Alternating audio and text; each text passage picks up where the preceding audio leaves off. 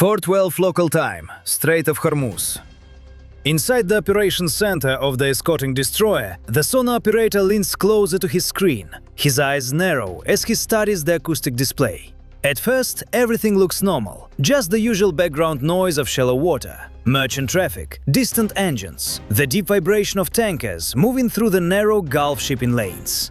Then a new signal appears.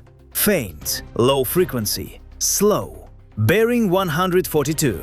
The operator listens again through his headset. The pattern is clear. Heavy propeller blades, evenly spaced, moving with a rhythm that does not match surface traffic.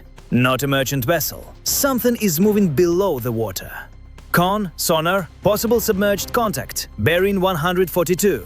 The officer of the deck does not answer right away. In the Strait of Hormuz, false readings are common. The water is shallow, crowded, and acoustically confusing. But then the sonar display flickers again. A second signal appears. Bearing 155, almost the same acoustic profile. Another submerged contact. This one is moving slowly toward the carrier strike group. Now the operator's voice changes. Con, sonar, second contact confirmed. Subsurface, bearing 155. Inside the operations center, several people turn toward the sonar station. Two contacts, both with diesel-electric signatures, both moving toward the same point. The aircraft carrier at the center of the formation. Before anyone can speak, a third signal appears, bearing 168. Another propeller pattern, another submerged engine, three separate tracks, three different bearings, all slowly closing in. The room becomes noticeably quieter. Con, sonar, we now have three possible submarines. For a moment, the words simply hang there. Three submarines inside one of the narrowest maritime choke points in the Persian Gulf. A passage less than 40 miles wide. The officer of the deck turns immediately to the tactical display. Range? The sonar operator checks the data again. Estimated 11 nautical miles, closing slowly. Speed 4 knots. 4 knots is not transit speed. 4 knots is tracking speed. Slow enough to stay quiet, fast enough to move into position.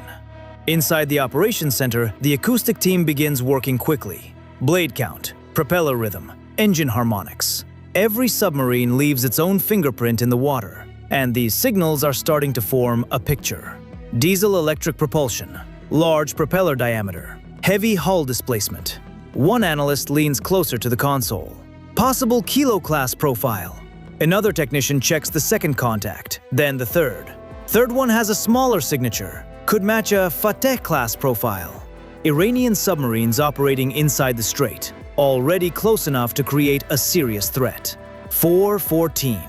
The tactical display updates again. Three red symbols appear beneath the surface layer of the map, each one moving gradually toward the strike group. On the surface, everything still looks routine.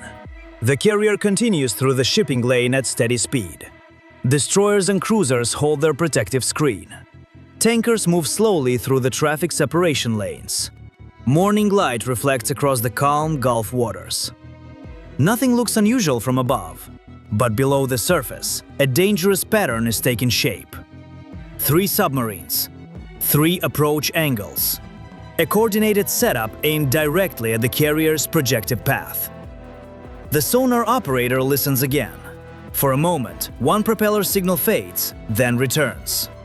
One of the submarines has changed course. Its bearing shifts 5 degrees. Now it is pointing directly toward where the carrier will be. The tactical officer speaks quietly into the internal communications line. Bridge, CIC. Possible triple submarine contact. Recommend anti-submarine posture. On the carrier's bridge, the captain receives the report. He listens without interrupting. Three submerged contacts, inside 11 nautical miles, converging. There is no shouting, no panic, just a calm response. Very well. A brief pause. Then the order that changes the posture of the entire strike group. Set condition 3. The shift begins immediately. Sonar teams move to heightened watch. Helicopter crews prepare on the flight decks. Destroyers adjust their spacing around the carrier. The formation tightens, quietly and deliberately. But beneath the water, the submarines continue moving. slow, silent, patient. 4:17. The sonar operator hears it first. A sharp metallic impact carries through the water, followed by the sudden roar of a high-speed underwater propulsion system. The acoustic spectrum spikes. His head snaps up. Then a second launch. Then a third. 3 separate signatures, 3 different bearings, all accelerating fast. His voice cuts through the operations center. Torpedo in the water! A second later, he updates the call. Multiple torpedoes in the water. 3, correction, 4, high speed. On the tactical display, the new contacts appear like sharp arrows cutting through the water. They're moving far faster than any submarine could move, racing directly toward the carrier strike group. 3 Iranian submarines have fired, and somewhere beneath the dark waters of the Strait of Hormuz, the countdown has begun. 4:18 local time.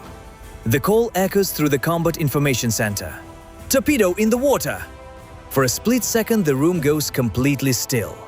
Then training takes over. Every screen inside the CIC switches into torpedo tracking mode. Sonar returns fill the displays as the incoming weapons leave loud, violent acoustic trails through the narrow waters of the strait. The first sonar operator locks onto the lead contact. High-speed propeller signature, heavy cavitation, bearing 153, speed increasing. Then comes the confirmation. Con, sonar, torpedo 1 confirmed, range 8,000 yards. Closing fast. Another operator catches the second track. Different bearing, different submarine. Second torpedo, bearing 166, Similar profile. Then the third appears, then the fourth. Within seconds, the acoustic picture becomes clear. 4 separate torpedoes were launched almost at the same time from 3 different directions. Inside the CIC, the tactical officer studies the display for barely 2 seconds before speaking. Coordinated strike pattern. The submarines did not fire blindly. Each one launched from a different angle, creating a wide triangular engagement zone around the carrier's projected path. The idea is simple. Force the carrier to turn away from one threat and guide it straight toward another. A classic submarine tactic. Extremely dangerous when executed correctly. On the bridge of the aircraft carrier, the captain receives the update. 4 torpedoes inbound, multiple bearings. The decision comes instantly. Helm, hard port, 20 degrees. The massive carrier begins to respond. But a ship that displaces 100,000 tons does not turn quickly. Even with nuclear power driving 4 shafts, its momentum is enormous. The carrier slowly starts carving a wide arc through the water. Below decks, engineering increases shaft output. Above decks, crew members brace themselves as the enormous vessel begins to pivot. But the carrier cannot outrun a torpedo. That is why the escorts are there. 4:19. 2 Arleigh-Burke-class destroyers surge forward from their screening positions. USS Mason, USS Gravely. Their mission changes in an instant. Protect the carrier, break the torpedo tracks, find the submarines. Deploy Nixie. The command moves through both destroyers almost simultaneously. Behind each ship, the AN/SLQ-25 Nixie torpedo decoy drops into the water. A long cable streams out behind the destroyer, towing a small acoustic emitter shaped like a torpedo. Seconds later, the system comes alive. It begins broadcasting a powerful artificial signature, louder and more tempting than the ship itself. Its purpose is simple: pull the torpedoes away from the real target. Inside the CIC, the incoming trucks keep closing. Range 6,000 yards, speed 50 knots. The water around the strike group is now filled with sound. Destroyers turning, decoys transmitting, sonar pulses rolling outward. Above the formation, the first helicopter lifts off. An MH-60R Seahawk rises from the destroyer's flight deck, its rotors beating hard as it accelerates low over the water. A second Seahawk launches from another ship only moments later. Their crews already know the task: find the submarines. Because the moment a submarine fires, it gives away its position. 4:20.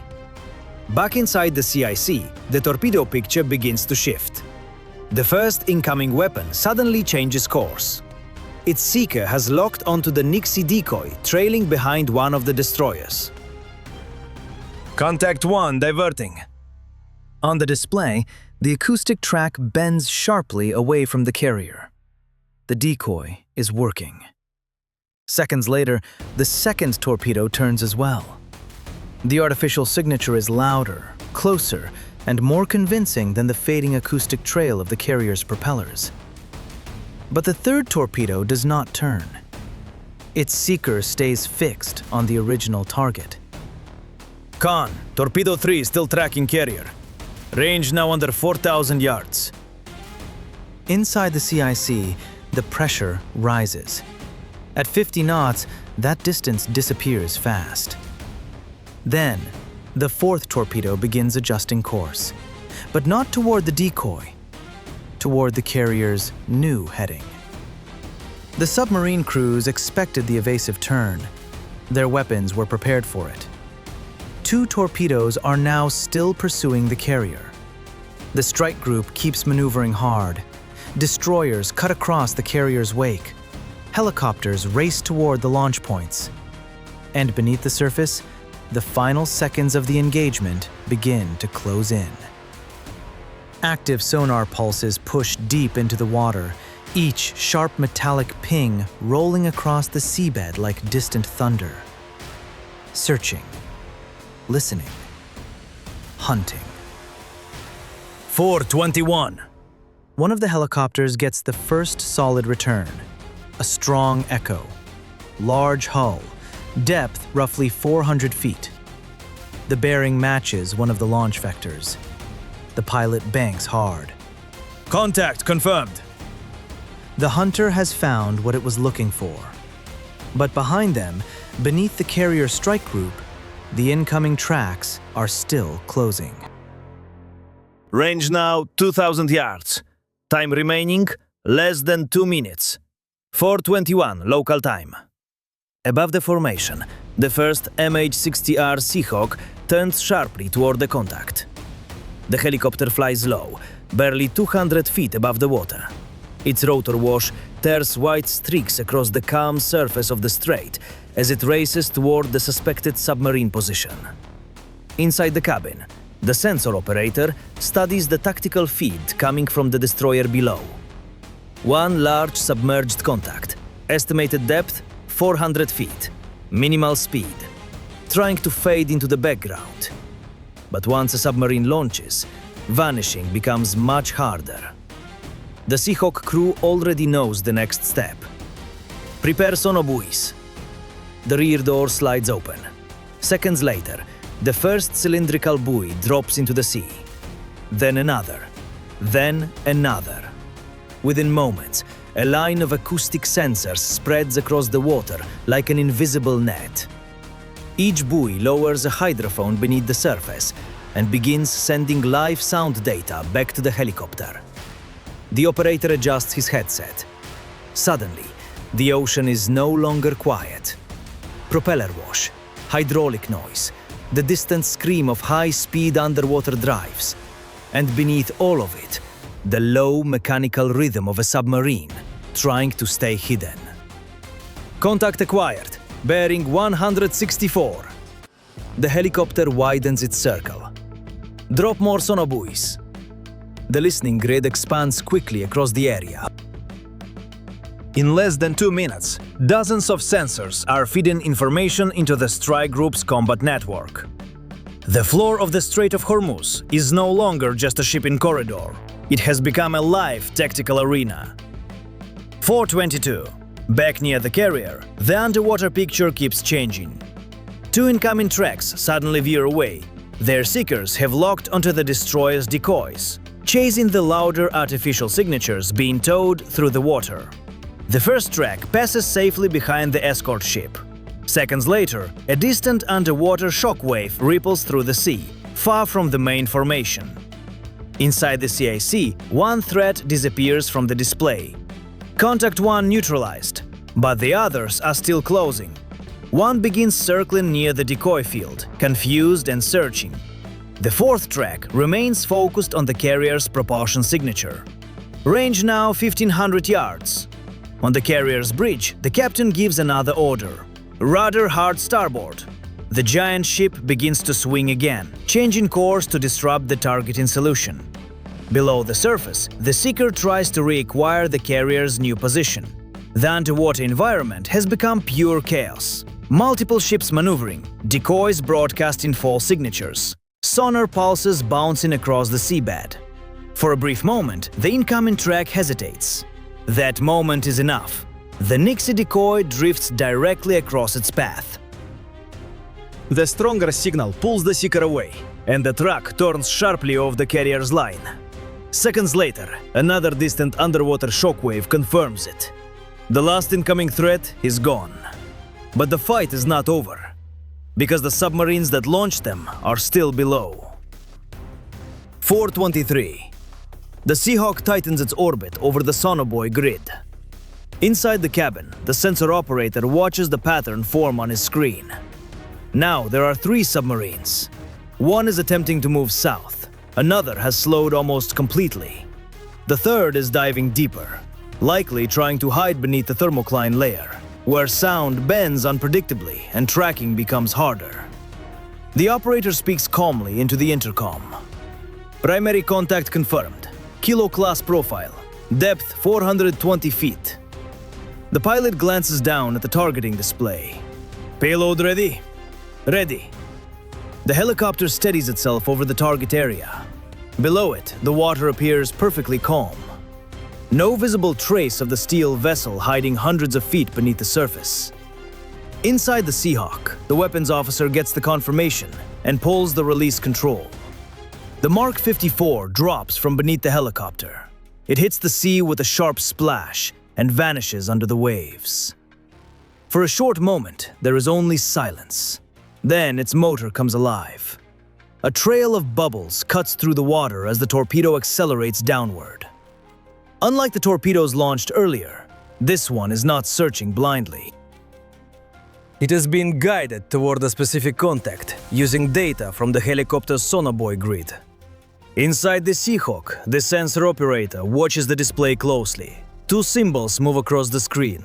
One submarine, one incoming Mark 54. The distance between them is closing fast. Beneath the surface, the Iranian submarine crew realizes what has happened. Their surprise move has turned into exposure. They attempt an emergency maneuver. The submarine changes depth quickly, trying to slip into the cluttered underwater terrain of the strait and break the tracking solution. But the Mark 54 adjusts with it. The torpedo turns, matches the submarine's movement, and continues closing. 4:24. A powerful underwater shockwave rolls through the area. The surface above the contact briefly lifts, then settles again. On the Seahawk's display, the submarine track disappears. One Iranian submarine is no longer on the tactical picture, but 2 more remain somewhere beneath the narrow waters of Hormuz, and the helicopters are already moving to find them. 4:24 local time. For a brief moment, the ocean above the carrier strike group looks calm again. Inside the Combat Information Center, however, the screens tell a different story. 1 submarine contact is gone. 2 remain. Both are moving now. Both are trying to retreat deeper into the strait. But the US Navy already has their positions. Because what the Iranian crews never realized was that their movements had been watched long before the first torpedo ever entered the water. 12 hours earlier, before the carrier strike group reached the narrowest section of the Strait of Hormuz, a Boeing P-8A Poseidon maritime patrol aircraft had quietly flown a surveillance route across the region. On the surface, the mission looked routine, but during that flight, the Poseidon released more than 100 sonobuoys across a wide detection grid, covering nearly 70 square miles. Each buoy carried a sensitive hydrophone, designed to listen for even the faintest mechanical sounds beneath the water. Propeller rhythm, hull vibration, engine harmonics. One buoy can only monitor a small area, but together they create a hidden underwater listening network spread beneath the shipping lanes. So when the Iranian submarines entered the strait earlier that night, the Navy had already detected them. Their entry bearings, their speeds, their slow movement toward the carrier's projected route. At first, the submarines stayed quiet. They moved slowly, kept a low profile, and navigated close to the sea floor, using classic diesel-electric infiltration tactics. But the sonobuoy grid had already captured their acoustic signatures. Analysts aboard the P-8A and the escorting destroyers could see the pattern forming hours before the confrontation began. 3 submarines were moving into a triangular approach. Each one was taking a separate angle. Each one was positioning near the carrier's future path. The shape of the operation was clear. This was a planned ambush. But instead of immediately changing course, the strike group continued its scheduled transit. The carrier kept moving. The escorts held formation. From above, nothing changed. But beneath that calm surface routine, the Navy was already preparing for the next move. Additional helicopters were placed on standby.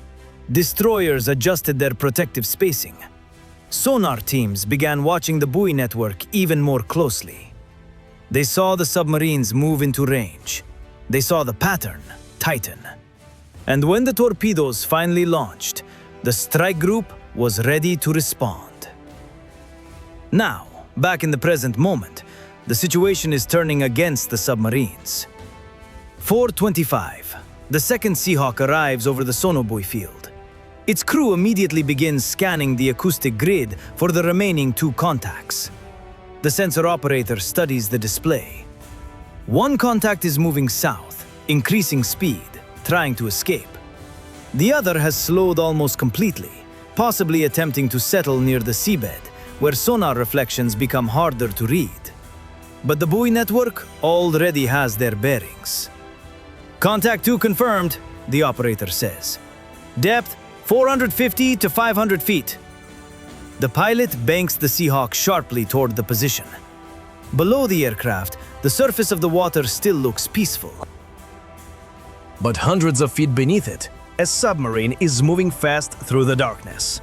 Inside that submarine, the Iranian crew now understands the situation. Their first move has failed, and American helicopters are already overhead. The captain orders the boat deeper. Ballast tanks flood, and the submarine drops farther into the cold, dense water near the bottom of the strait.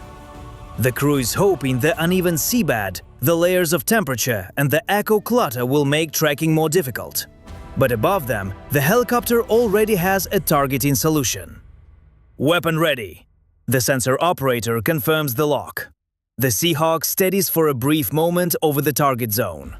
Then the second Mark 54 is released. It falls cleanly from the aircraft and hits the water. For a moment, it sinks silently beneath the surface. Then its motor comes alive. A stream of bubbles marks its path as it accelerates downward and begins searching. Inside the helicopter, the operator watches the display. 2 symbols move across the screen: the submarine and the incoming weapon. The distance between them is shrinking fast. Deep below, the Iranian submarine makes a desperate turn. Speed increases. The crew tries to break away before the seeker can settle on them. But modern underwater weapons do not simply chase in a straight line. They listen, they adjust, they correct. The Mark 54 curves smoothly through the water, reacquires the submarine's acoustic signature, and continues closing. Closer.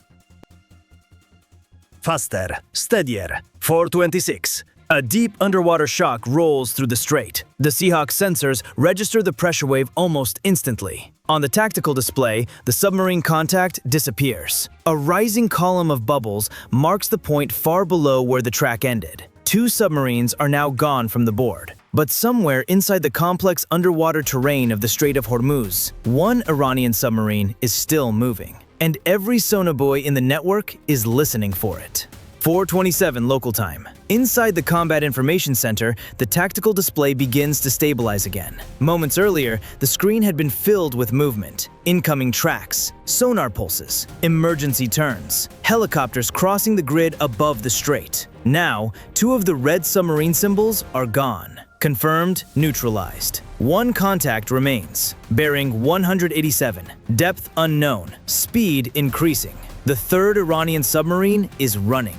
The sonar operator adjusts the gain in his headset and listens closely. At first, the sound is faint, just a distant mechanical hum buried beneath the water noise. Then, it becomes clearer. Propeller cavitation, higher RPM. The submarine captain has pushed for speed. Moving faster means making more noise, but moving slowly means being found. The Iranian crew has chosen escape. Above the surface, the Seahawk helicopters widen their search pattern. The first aircraft moves west, dropping more sonobuoys to extend the acoustic grid deeper into the strait. The second Seahawk circles above the last known contact point, listening for movement beneath the thermocline layer, where sound can bend and distort. Within minutes, the listening network expands again. Dozens of sensors are now spread across the water column. Every hydrophone feeds live data back to the destroyers. Every mechanical whisper is captured. Every faint vibration is compared, filtered, and tracked. 4:29. The destroyer's sonar team picks up the contact again, stronger than before. Con, sonar, possible submarine, bearing 189, range 4 nautical miles. The contact is deeper now, likely moving close to the uneven seabed of the strait, where underwater ridges can scatter sonar returns and make tracking harder. The submarine is trying to use the environment as cover, but the Strait of Hormuz is shallow, and shallow water leaves very little room to hide. Every turn creates turbulence. Every change in propeller speed leaves a trace. Every mechanical vibration travels through the water. And the Navy is listening from every direction. The tactical officer studies the display for several seconds. The submarine is moving south, toward the narrow channel leading deeper into the Persian Gulf.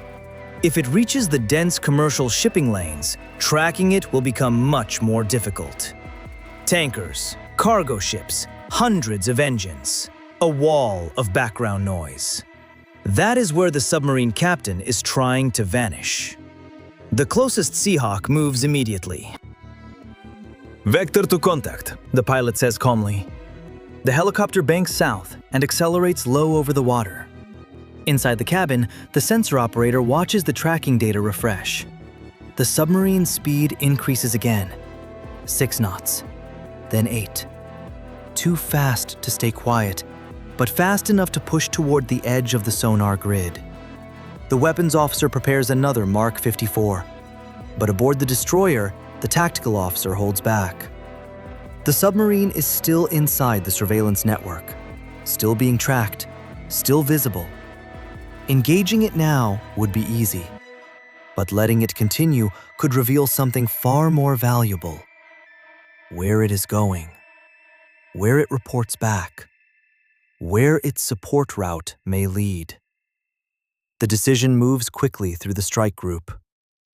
Maintain tracking. No weapon release. Not yet. 4:31. The submarine continues south. Its propeller noise grows weaker as the distance increases, but the sonobuoy network keeps following it.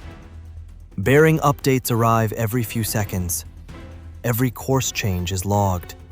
Every speed increase is recorded. The Iranian crew believes they are escaping. In reality, they are still being watched. Above the strait, the Seahawk helicopters widen their patrol pattern. One aircraft climbs slightly, scanning the horizon for additional surface activity. The other remains low, circling near the final submarine's projected path. Below them, the carrier strike group begins to rebuild its protective formation. Destroyers slide back into screening positions. Cruisers restore their radar coverage. The aircraft carrier resumes steady speed through the strait. No visible damage, no reported injuries. The entire torpedo engagement lasted less than 15 minutes. Inside the CIC, the last submarine contact grows weaker as it nears the southern edge of the sensor grid. Eventually, the acoustic trace fades into the heavy background noise of distant tanker traffic. The sonar operator slowly removes his headset. Contact lost. But the data remains. every sonar recording, every launch detection, every course change, every maneuver. All of it stored, analyzed, and catalogued. Above the calm surface of the Strait of Hormuz, nothing looks unusual. Merchant ships continue their slow passage between the Persian Gulf and the open ocean. Sunlight reflects across the water. The carrier strike group moves steadily west. But deep beneath the surface, the evidence of the brief underwater confrontation still drifts silently through the currents. Two disabled submarines resting somewhere along the seabed, one escape route leading south, and a message delivered without a single missile leaving its launcher. Because in the narrow waters of Hormuz, every movement is watched, every signal is recorded, and every submarine captain understands one thing: the ocean can hide you for a while, but the US Navy is always listening.